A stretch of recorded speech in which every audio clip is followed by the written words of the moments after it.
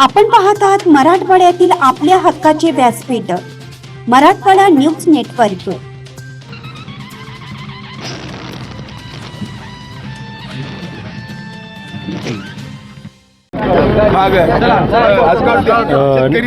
आज स्वाभिमानी शेतकरी संघटनेचे नेते राजू शेट्टी साहेब आपल्यासोबत आहेत। आज तुम्ही प्रचार दौऱ्यासाठी आला आहात। तुम्ही एकूण महाराष्ट्रामध्ये किती उमेदवार तुम्ही रिंगणात उभे आहात?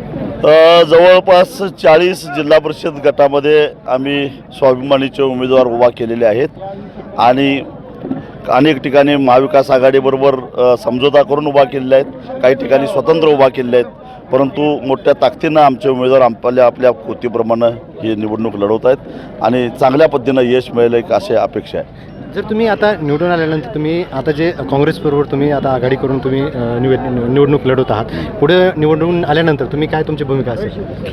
एकतर भाजपला विरोध, भाजप आणि त्यांच्या मित्रपक्षाला विरोध आणि तो तळागाळातून व्हायला पाहिजे ही आमची भूमिका आहे। त्या भूमिकेशी आम्ही ठाम आहोत। आजच्या राजकारणावर तुम्ही काय भाष्य कराल? आजच्या घसरलेल्या अतिशय गलिच्छ आणि हीन प्रवृत्तीचं राजकारण सध्या चालू आहे आणि राजकारणाची शुद्धीकरण झाल्याशिवाय खऱ्या अर्थानं सामान्य माणसाला सुख मिळणार नाही, चैन लाभणार नाही। जाती जातीमध्ये धर्माधर्मामध्ये तेढ निर्माण करायची आणि त्याच्यावर राजकारणाची पोळी भाजायचं असं सध्याचं राजकारण्यांचं आणि एकूण म्हणजे राज्यकर्त्यांचं धोरण आहे। कधी हिंदू मुसलमान करायचं, कधी मराठा विरुद्ध ओबीसी करायचं आणि कायम महाराष्ट्र अशांत करायचा। हा महाराष्ट्र फुले शाहू आंबेडकर छत्रपती शिवाजी महाराजांच्या विचारानं चालणारा महाराष्ट्र होता। साधू संतांचे संस्कार या महाराष्ट्रावर झालेले होते, परंतु हे संस्कार पुसून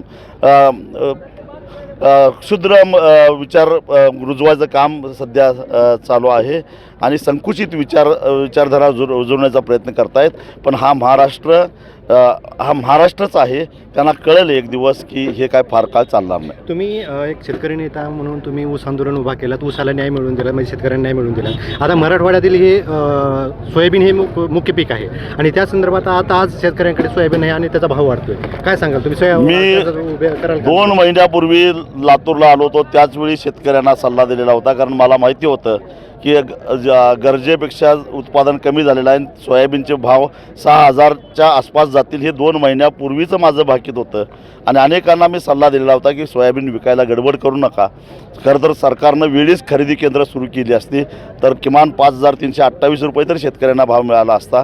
परंतु आज जो काही खरेदी केंद्रावर सोयाबीन जातोय तो शेतकऱ्याचा नाही तर व्यापाऱ्यांनी आधी शेतकऱ्याकडून 3500नं खरेदी केलेला सोयाबीनच चाललेला आहे। म्हणजे पुन्हा आणि व्यापाऱ्याचीच भर केलं, कारण हे सरकारच मुळात हे व्यापाऱ्यांना पोषक, उद्योगपतींना दलालांना पोषक अशा प्रकारचं धोरण राबवण्यात माहीर आहे।